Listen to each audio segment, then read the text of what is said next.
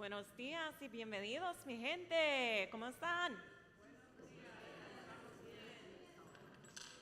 It's so good to see you all. Our Universalist heritage proposed that each person is made of divine goodness, and science offers that we just might be stardust. Whatever your beliefs, know that you are a gift and you are inherently worthy of love. And love is the spirit of all souls, as well as being the center of our values as Unitarian Universalists. And in this moment of our shared journey, may you feel witnessed and honored wherever you are. I invite you now to please rise in body or spirit and greet your neighbors in person and online with your name and your pronouns. We'll come back to hymn number 311, Let It Be a Dance.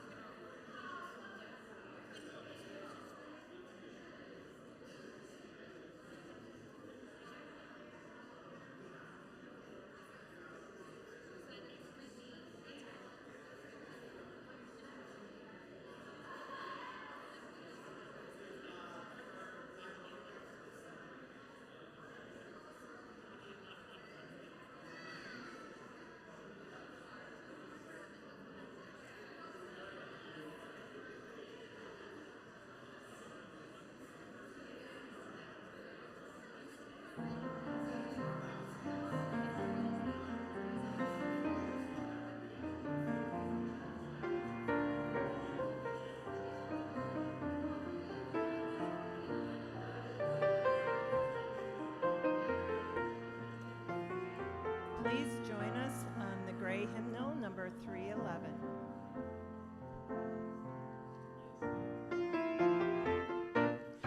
Let it be a dance we do. May I have this dance with you through the good times and the bad times too. Let it be a dance. Let a dancing song be heard. Play the music, say the words, and fill the sky with sailing birds. Let it be a dance. Let it be a dance. Let it be a dance. Learn to follow, learn to lead. Feel the rhythm, feel the need. To reap the harvest, plant the seed. Let it be a dance. Let it be a dance we do. May I have this dance with you through the good times and the bad times too. Let it be a dance.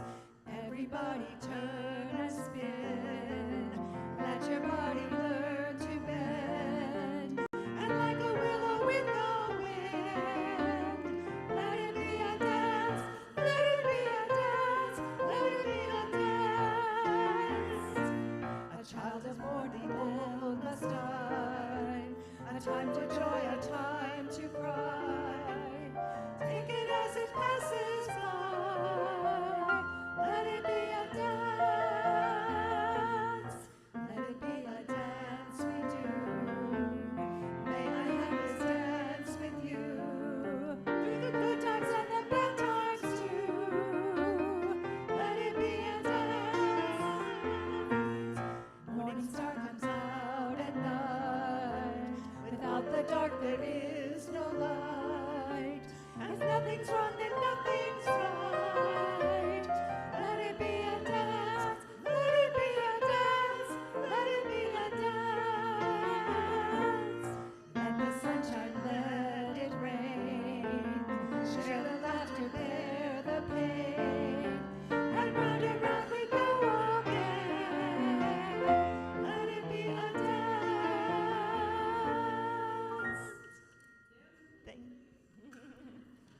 thank you to our dance team.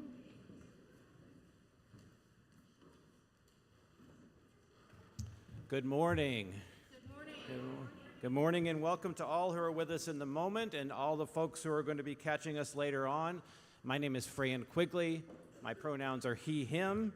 I'm serving as your worship associate for today's service, together with Nancy Olson, our Director of Congregational Life and Faith Formation, Reverend Katie, our Senior Minister, whose pronouns are she, Aya, and Dr. Liz Elsmore, our Music Director, pronouns she, her.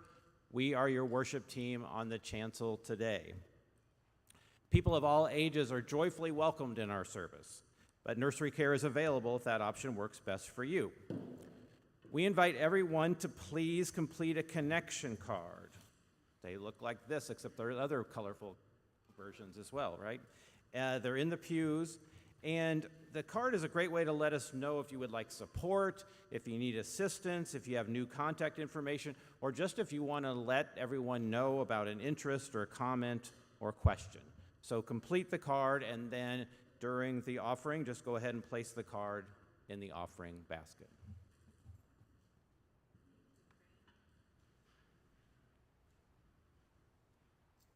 I have a bunch of announcements today. We have in the copy room, and if you need directions to where the copy room is, I'm happy to share them with you. We have red Know Your Rights cards, English on the front, Spanish on the back. We also have ICE worksite raids, employer responsibility. These pamphlets are in there. So if you want to pick any of those up, they are free. You can leave them places, share them with your loved ones.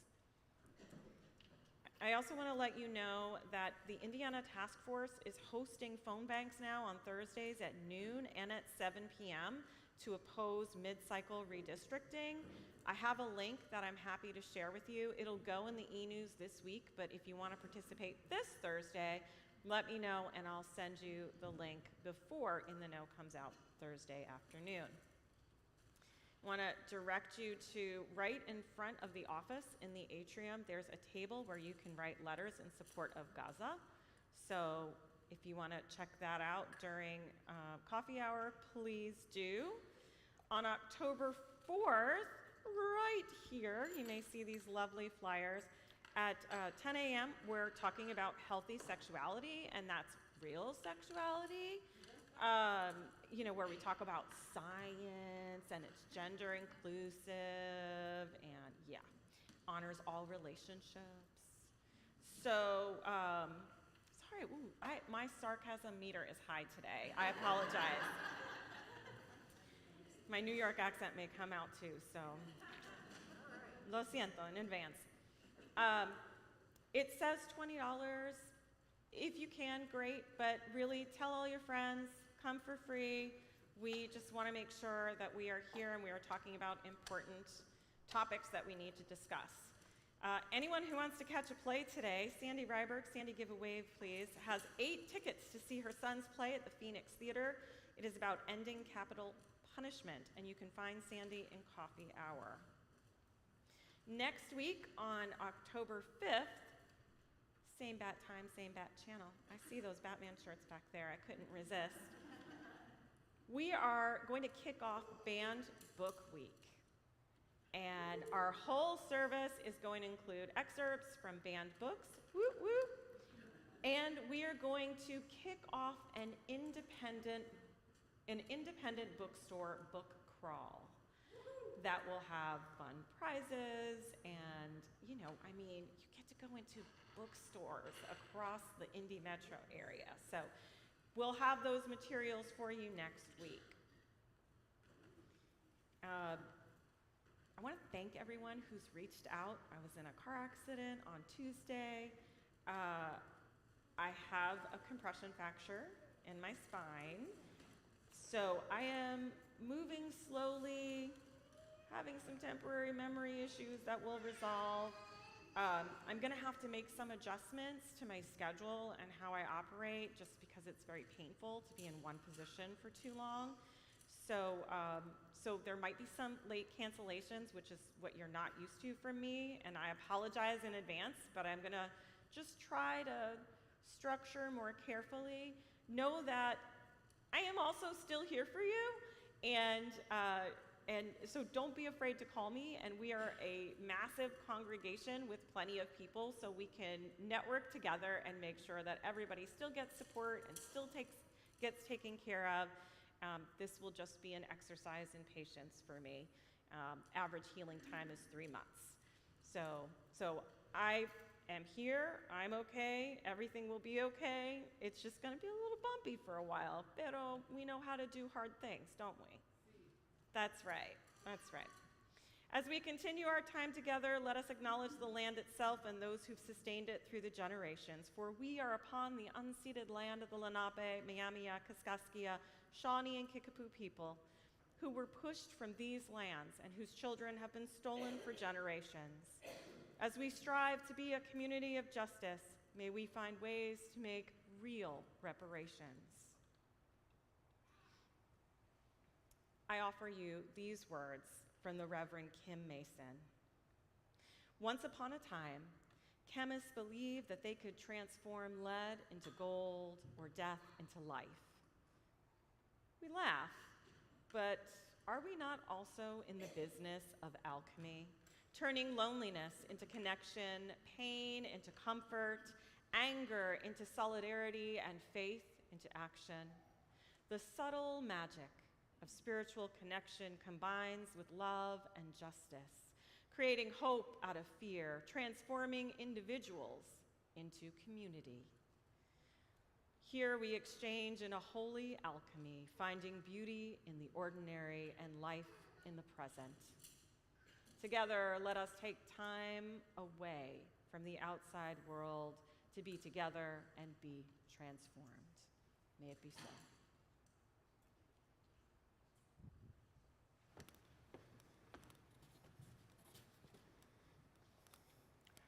Good morning. Good morning. Good to be here with you all this morning. Sonia Eisenhart is going to be leading our light. We've got sarcasm, we have people tripping over their words. What kind of morning is it? Okay, this is good.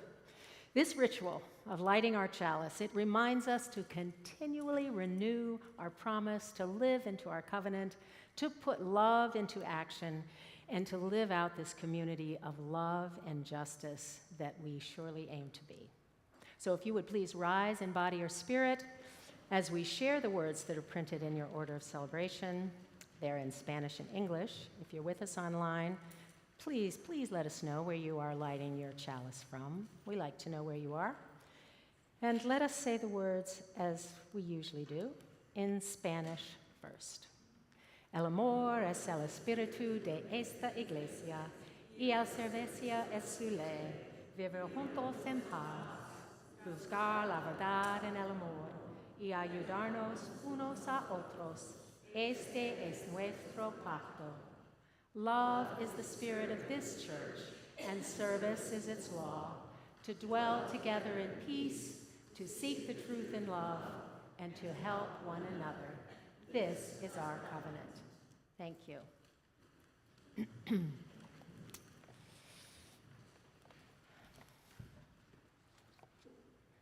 So, part of this story I have to read. Just saying. That's how that's working today, okay? This is a story. It is called The Three Questions. It's by John Muth, and it is based on a short story by Tolstoy. And if you haven't read the short story by Tolstoy, also Three Questions, I would suggest you find that online and read it, because it also is just a really good story. But today we're going to tell this story, which is a version of it. So there once was a boy named Nikolai. And Nikolai, sometimes he just was uncertain. He just didn't know how to behave or what to do or how to make decisions. He struggled with that. And so, but he wanted to be a good person. He just wanted to be good. And I think we can relate to that a little bit. Sometimes we just want to be a good person, but what to do, how to do it. And so he said, if only I could find the answers to 3 questions. If I could find the answers to these questions, then I would know how to be a good person. And here are his 3 questions. And we're just going to line them up here. I'm going to line them up here. When is the best time to do things? When is the best time to do things? Who is the most important one? Who is the most important one? And what is the right thing to do? When is the best time? Who is the important one? And what is the right thing to do? He figured out if he could get those 3 questions answered, he would know how to be a good person. So he went and he asked his friends. He asked them these questions. And so Sonia, the heron, said, oh, I know the best time to do things. One must plan in advance.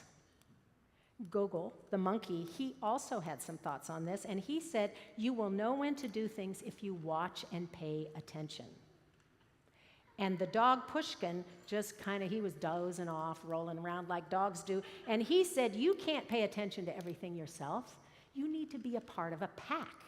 And if you are part of a pack, then you will always know when is the best time. He proceeded to ask each of his friends these questions, and they came up with all these different answers. But none of those answers, not one of those answers, really struck him in his heart. And he knew his friends were trying to do the best they can. He knew they were. He loved them so. So he thought, well, I guess I have one other option. I'm going to go up the mountain, and I'm going to talk to the wise old turtle, Leo. Like Leo Tolstoy, in case you didn't catch that. He climbed the mountain looking for Leo. He got up there, and the old turtle was digging. He was just digging, and it's hard, rocky, and he's trying to make a garden, and he's digging, and Nikolai says, I've come to ask you these questions. When is the best time to do things? Who is the most important one? And what is the right thing to do? And the old turtle just kept digging, and Nikolai standing around watching him, waiting for an answer. No answer comes. Finally, Nikolai says, well, let me help you with that. So Nikolai starts digging, and he spends most of the day digging. And he gets those garden rows all dug up. But still, he has no answer. He has no answer. Just as they were finished up, the rain started coming. Little wind came up and all that sort of thing. And suddenly, they heard this cry for help. And Nikolai ran off, and who's this? And it was the mama panda bear had fallen and hurt her leg. He was able to help. This is a story. But he was able to help the panda bear to Leo's house, bandage it all up, put her in bed, cover her up, and she fell fast asleep. She was so upset. So in a little while, the mama panda bear wakes up, and it's wind outside and rain and everything. And the mama panda bear says, where is my baby? And Nikolai goes, well, I don't know where. And she says, somewhere out there in the woods. So Nikolai runs out, and blustery, he's going out, and he looks, and here's the little baby panda. Picks up the panda, brings her home, sets her next to the mommy. They all fall asleep. The next morning, they all wake up. Nikolai wakes up, and the panda says, oh my gosh, thank you so much for all of your help. And, it was just, I couldn't have done this without you, et cetera, et cetera. Just everything's good. Nikolai says, well, I still don't have the answer to my questions. What? And he says to Old Turtle, these questions again. When is the best time? Who is the important one? What is the right thing? And the turtle, Leo, he smiled at the boy, and he said, you already answered your questions. You've already done that. And he said, what? I have? He said, yes. Yesterday, if you had not stayed to help me dig in my garden, you wouldn't have heard the panda's cries for help in the storm. And therefore, the most important time was the time you spent digging in the garden. And the most important one at that moment was me, Leo. And the most important thing to do was to help me in the garden. And later, when you found the injured panda, the most important time was the time you spent mending her leg and finding the baby. And the most important ones were the panda and the baby. And the most important thing was to do was to take care of them right then. Remember, says Leo, finally speaking, remember that there is only one important time, and that time is now. And the most important one is always the one you're with. And the most important thing to do good, and the most important thing is to do good for the one who is standing at your side.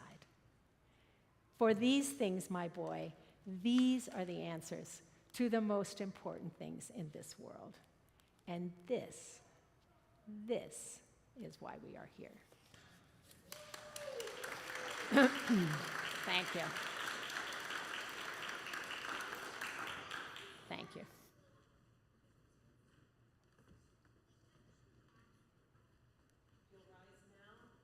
You'll rise now in body or spirit to join us in hymn number 354 in the gray hymnal, We Laugh, We Cry.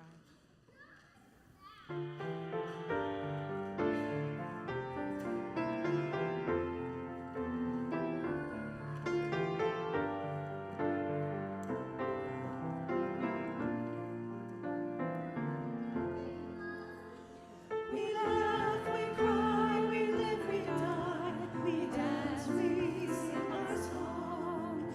We need to feel there's something here to which we can belong. We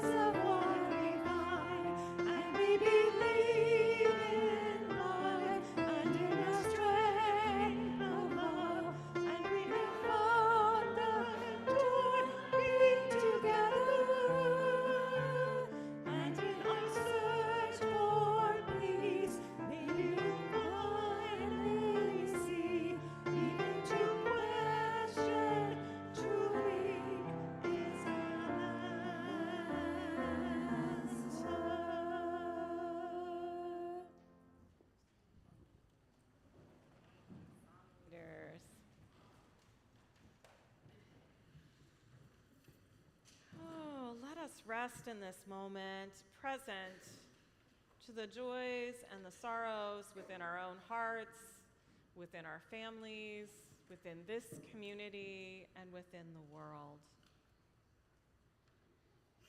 May we continue to hold Elaine Mancini and Alan in our hearts as they both heal.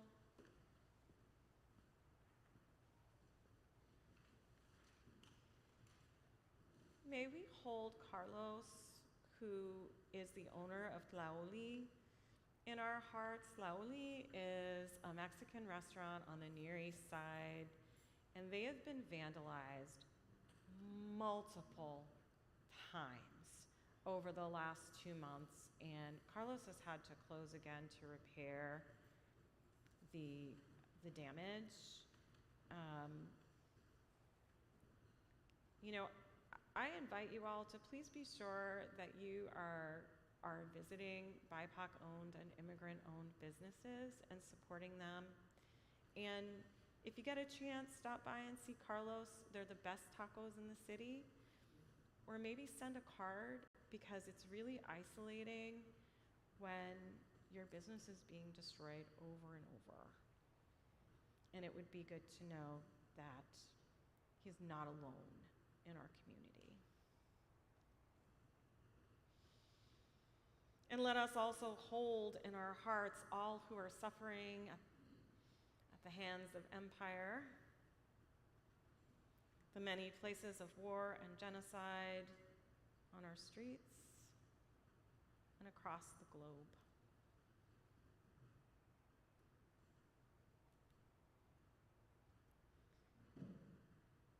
The choir and I were in conversation earlier this morning, and we'd like to offer a meditation this morning that is grounded in song.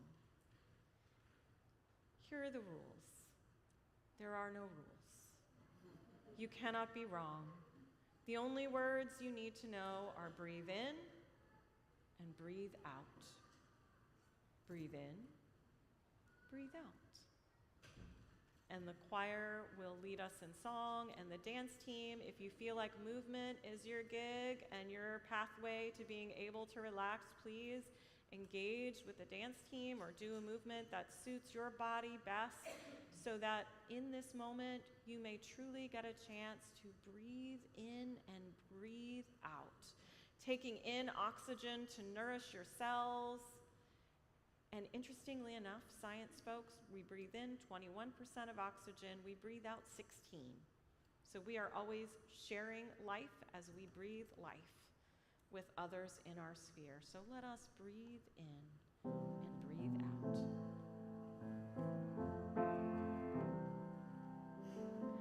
Breathe in, breathe out, breathe in, breathe out, breathe in, breathe out,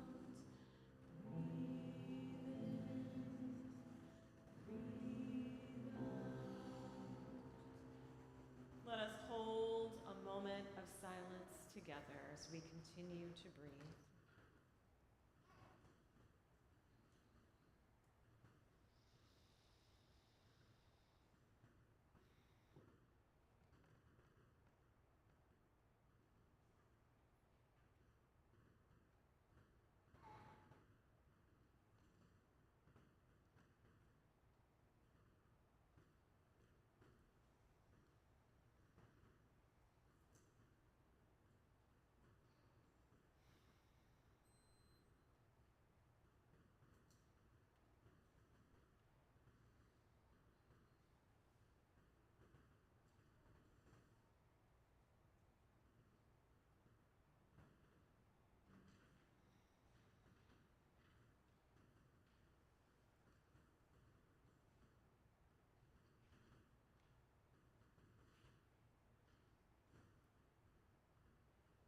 Thank you.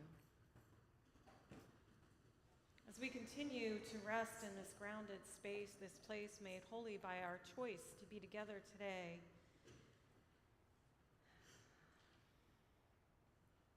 may we also consider how we, as Unitarian Universalists, can faithfully live in times of schism and division.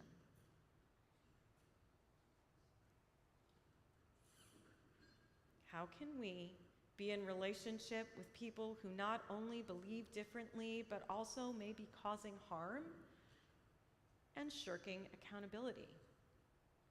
So we are a covenantal faith. That means there is nothing you must memorize in order to be a Unitarian Universalist. There is no fealty to be sworn to anyone. However, we agree we have built our faith on the promises that we make and the promises that we keep. Our values begin with love at the center, and then the tools, the values that circle love, are meant to assist us in staying in relationship with love. Justice, equity, transformation, pluralism, interdependence, and generosity. We have in our order of celebration today an image from Stanford University labeled Becoming Anti-Racist, and the circles are our comfort zone, our fear zone, our learning zone, and our growth zone. And I'm hoping for our frame today, we can think about what we're going to talk about within the context of something we discussed last week. Jan Eller Isaac's work and Rob Eller Isaac's work on the within, among, and beyond model of living as Unitarian Universalists. So we have these schisms within our families, some of us, our neighborhoods, the larger country, sometimes within our own hearts. So as we think about Muth's questions, as we think about our values as Unitarian Universalists, let's think about how working these circles and considering these questions works on us, helps us do our own work, helps us to live into the promises in our accountable community, that's here, our among work, and beyond in the larger world. And sometimes our families are also a place of accountability for us. Now, not all of what we will face in this world relates to racism, though it is a constant, ever-present thread. The circles and the three guiding questions can become tools to lead us into living from love in also addressing the many other isms that are always ever present. And as a reminder of Muth's questions, which I know are behind me as well, when is the best time to do things? Who is the most important one? And what is the right thing to do? These questions point us toward real action, grounded in real relationship, lived in real time. And here's the thing. Activist, author, poet, singer, all around Poderosa, Adrienne Maree Brown teaches us that fractals, those patterns that repeat themselves over and over and over again, we cannot smash a fractal at the center.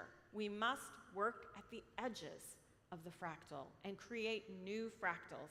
And that is our closest relationships, and then one circle out from there while also working globally. You know, we think globally, act locally, right? That's a way that this comes into play. And I just wonder if you would like to have deeper, more meaningful relationships. Yes, right? So in the story of young Nikolai, like all of us, Nikolai wants to do good. And both our Unitarian and our Universalist faiths are incredibly optimistic. There's a joke that Thomas Starr King, who was, some would say, the first Unitarian Universalist, but that is incredibly arguable, would say that Universalists believe that no one, let's see if I get this right, Universalists believe that no one will go to hell, but Unitarians think they're too good for it. Yeah. It's something like that. Someone will get the punchline later. But essentially, both of the places where our faith is rooted believe in the goodness of humanity. Not to say evil doesn't exist, but we don't come into this world born of original sin. That is not what we believe in general. So, like Nikolai, we begin our journeys with good intentions, proceeding cautiously with hope that people we engage with are also seeking to do good. Assuming good intentions, I will say, does not mean that we excuse bad behavior. That's that accountability piece of our faith. Now, in the story, Nikolai does a lot of thinking and a lot of questioning, like some people I know, because, there might even be spreadsheets involved in some of our questioning, right? We can own it. I'm not ashamed to say it. However, it's only when Nikolai stops asking questions and begins acting on what's right in front of him, helping Leo the turtle, rescuing the panda, caring for the child. That's when he understands what goodness truly means. And by doing the next best right thing, in each case, Nikolai is led down a path of more opportunities to create deeper relationship. So answers come not from untested theory, but from presence and practice. I always say I'm a huge fan of the action, reflection, action model.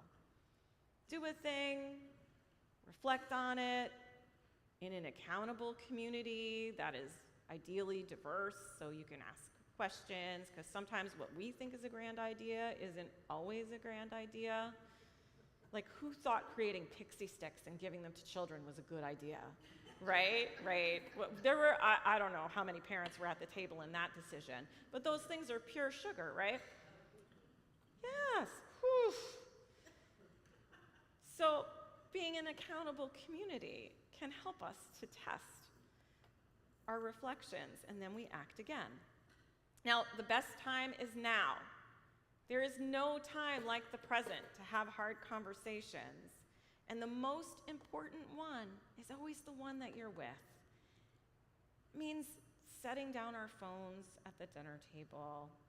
It means setting time to be with people where we're not rushing, but where we can be truly present. In my family, like, we're really big on sobremesa time. Like, we sit down, we're gonna be there a while. There's no rushing with meals. You go to a restaurant, they're not pushing you out the door. It's just, you're gonna be there, you're gonna talk, you're gonna be in relationship and have deeper conversations. And the right thing is to do good for the one you're with without causing yourself harm. Can we add that, please? So, you're not in a building where I can offer you the certainties about life and death. And that is a reality of Unitarian Universalism. We are here, we are on this journey together. We are a liberal theological faith that is liberal theologically, not necessarily politically. We have diverse political beliefs within our congregation. But what being liberal theologically means is that we must always interrogate our theological ideas. We must always act on them and be in relationship with them. So I cannot offer you certainty, but what I can offer is support in living your values. And one of our principles, back when we had the 8 principles, was that every person has inherent worth and dignity. And yet racism, structural, cultural, and personal racism and other isms distort these truths every single day. So I ask, how can we use these questions and this work of dismantling systems of oppression within ourselves and the larger world in an intentional, accountable way that can create lasting transformation? It is not going to be comfortable. Our work, our faith, does not offer comfort. I mean, if you're sick, if you're in the hospital, we have ways of supporting you. If you're going through a rough time in life, community does show up to offer comfort in this life. But I cannot promise you a comfortable life in this life or the next. I cannot promise you a pathway to earn a comfortable life in the next life. In fact, if we really want to wax universalist, everybody already is saved. And our humanist kin have taught us that what we know for sure is we have, to quote Mary Oliver, this one wild and precious life. And so we must show up and live it fully and care for each other and ourselves. So, just as the butterflies emerging from a cocoon do not have an easy time, nor does the seed sprouting and pushing its way through the earth also have an easy time, our growth work will not be easy, but we are in it together. And that matters because authoritarianism seeks to isolate us. So it's human nature to seek comfort, and we often live in the tensions of what is the next best right thing versus, oh my gosh, please, and this is me, I'm speaking for me, I'm just gonna be honest, like, I just want another brownie, and I just wanna sit here with a brownie, and I have a Ninja Creamy, which makes really great protein ice cream with tofu. I'll tell you the recipe someday if you care. And like, sometimes I just wanna be there. I just wanna be there. The question I want you to think about is, can you be faithful and live in comfort?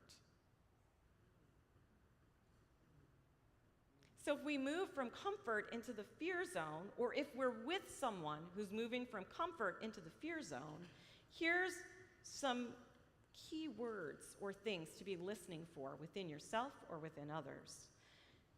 According to that wonderful little graph you've got from Stanford, there might be denying that racism, ableism, sexism, isms exist, period. Avoiding hard conversations to protect comfort. We're not going to talk about that. If you want to be in relationship, we just can't talk about that. Feeling defensive or fragile when challenged. I'm a good person. I gave it the office. Are you saying I'm not a good person? So when is the best time to enter into a conversation when you're feeling like this or when you're with someone who's feeling like this? Now, the fearful answer is going to be later. Sometimes never. Yeah. Our amazing brains are seeking homeostasis, and they might tell us that we can engage later when we know more, when we feel safer, when the world isn't so polarized, when we're sure we won't make a mistake. And I want to caveat here for those of us with marginalized identities that sometimes it really isn't safe for us to engage. Sikh attorney, activist, and author Valerie Kaur reminds us that when the knee is on your neck, your job is just to breathe and survive, right? So I want to be clear about that. But most times we're not in danger when we're having these conversations, many times. We might find that, like Nikolai then, the best time is in the now. Not tomorrow, not someday, not when the spreadsheet tells us it's safer and the calculations are perfect. So if you're at a family gathering and someone says something that's harmful, you can intervene in the now. Beloveds, the conflict is already there. Not talking about it doesn't make the conflict go away. It doesn't maintain the relationship, it stops the relationship from deepening. So Brené Brown often invites us to have courageous, sometimes sweaty 10-minute conversations. And I think a recipe to help you in these conversations is to ground first. Breathing in, breathing out, getting a sense of your body. Last week we talked about grounding as a way of being present to the storm of emotions, but not caught up in them. Grounding can also connect us to that larger love as a space to move from. And I will say, throughout this process, our fear will be seductive and try to woo us into waiting, but wisdom urges us on into what we hope is the learning zone, where we can acknowledge that isms exist, that they are a present reality and a part of real history. We seek to understand how it shapes our systems, our institutions, our lives. We want to sit with discomfort instead of running from it. And in these conversations, and sometimes it's really hard to do, listen more than we speak. Building new relationships rooted in humility and curiosity. Because who is the most important one? The person you are with.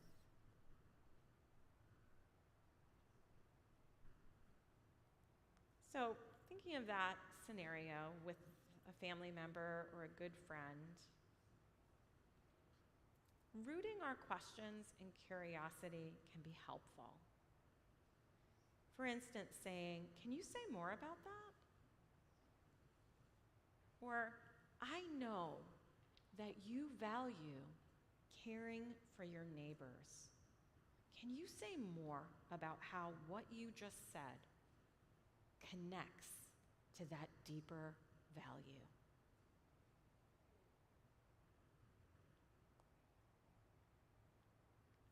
Or, "You mean a lot to me, and I want to understand you better. Can we talk over here?" Because sometimes you have to pull somebody out of a main situation where there's lots of chaos. The Learning Zone calls us to center voices and experiences of people of color and other historically marginalized identities. It means also in these conversations, please believe us when we speak of harm. And notice in these conversations, if you're taking up too much space, to move back. And when doing your within work, remember that discomfort doesn't mean your dignity is being intact. That's important because if you're also in conversation with someone, they may feel like they're being attacked. And if you can meet them in that moment and let them know, "Here's the beauty of what I've seen of you, good soul. This is why I love you and why you love me." That is not being questioned. The invitation is to deepen what is already there. It is a different conversation. Frankly, we have been losing a war of words for decades. And this is a way to give us new language to be in relationship. And beloveds who hold historically marginalized identities, sometimes we just gotta weigh things and know when to be out of the conversation and to set a time to pick it up. Or to set a time to identify somebody else who can pick up the conversation. Understanding privilege and identity is really complicated. There are models that help us understand the fluidity of privilege and also to understand where our privilege intersects with the oppression of someone else. There's a wonderful exercise that we will probably do later this year. It's called the Identity Octopus by Winder. And you get to identify the parts of your identity. For instance, being young, but you have to be in the pocket age-wise. If you're too young, then you don't have privilege. But if you're just young enough, you have more privilege than some of us that are of a certain age. So you look at that. So where is your age? What is your gender? What is your sexuality? What is your ethnicity? What is your documentation status? All of these things together and many, many more. What are your abilities? They can bring us closer to the line of privilege or farther away from the line of privilege. So we're always having complex conversations, and that is something to hold, because sometimes what happens, and Michelle Alexander writes about this in the new Jim Crow, one of the biggest strategies was when poor white people were separated from people of color.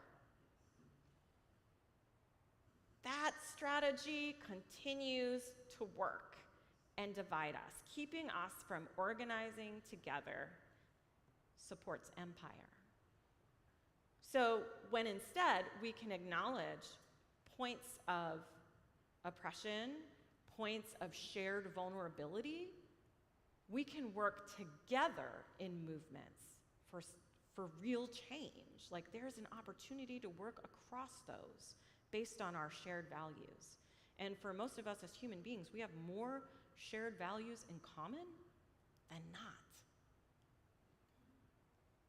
So that gives us an opportunity to move into the growth zone.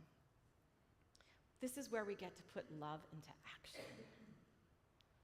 Build authentic, accountable relationships across difference, actively dismantle ismist policies and practices in ourselves and our institutions, lead by example, though not perfectly. Hello, I don't know anybody who does this perfectly. It is literally impossible to do this work perfectly because the more you know, the more there is to know.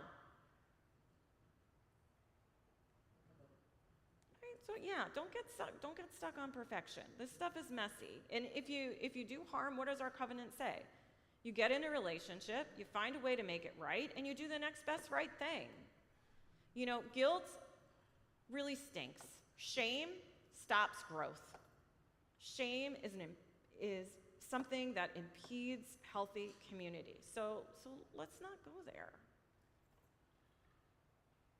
So what is the right thing to do? Whatever the next best right thing is. This is what Nikolai taught us. And again, that next right thing can lead to another right thing. If you're someone who's been harmed, you get to show up in solidarity, not silence.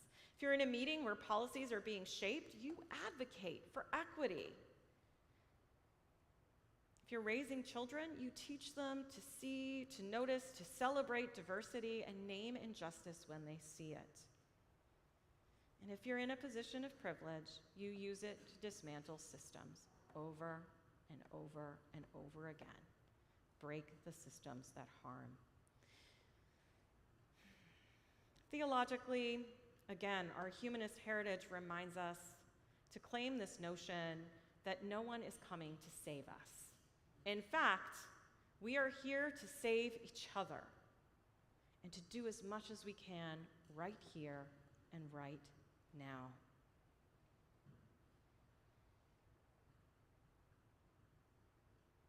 These isms, they tear into the web that holds us all together. And to mend the web, we must recognize the threads of privilege and oppression and weave them back towards wholeness and justice. In our theology of love, whether we understand it as the spirit of life, as the divine spark, as humanity itself, calls us to embody compassion, not just sentiment in justice. The journey from the fear zone to the learning zone to the growth zone, sadly, is not linear. We move back and forth. Some days we might feel strong and brave. Others we will move back into silence or self-protection. But like Nikolai in the story, we discover the answer is not just by asking, but by living, by tending the garden together, by rescuing the one in need, by allowing ourselves to be rescued and supported, and by showing up in the storm. The questions are our compass, the zones are our map, and our faith is the river that carries us forward. May we be a people who live the questions. May we be a community that moves from love through fear into learning, through learning into growth, and through growth into lasting acts of justice and mercy. And may we remember always that the best time is now. The most important one is the one we are with. And the right thing to do is the good that we can do unified together. May it be so. Amen and blessed be.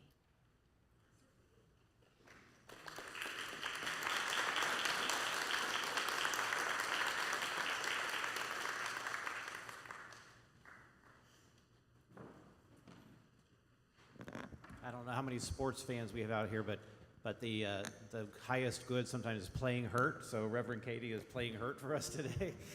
Thank you for that.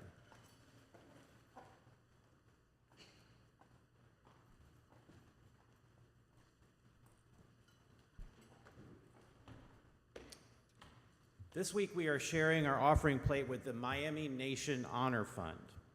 The Miami Nation Honor Fund aligns with our UU values by giving us an opportunity to literally practice what we preach each week. We get a chance to do what we promised to do in our land acknowledgement. As non-Indigenous people who live and work on Miami land, we can help repair a long history of harm caused by colonization, and we can support the tribe in sustaining their community and their culture for generations to come. So to contribute, you can give cash or a check into the collection plate, or if you're online, you go to allsoulsindy.org, where you'll find a link that says Give to All Souls Here on the left side beneath the description of today's service. If you're paying online or if you're using a check, please make sure to indicate if your gift is a pledge payment or if it is for Share the Plate. So thank you for your generosity in supporting the mission of All Souls. Thank you for your continued love for one another and for this world. The morning offering may now be given and gratefully received.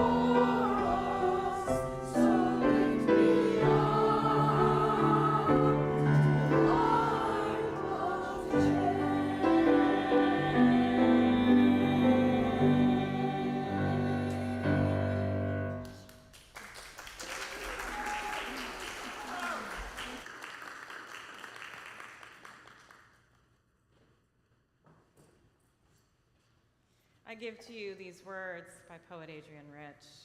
My heart is moved by all I cannot save. So much has been destroyed. I have to cast my lot with those who age after age perversely, with no extraordinary power, reconstitute the world. Let us reconstitute the world together. May it be so. Amen, and blessed be.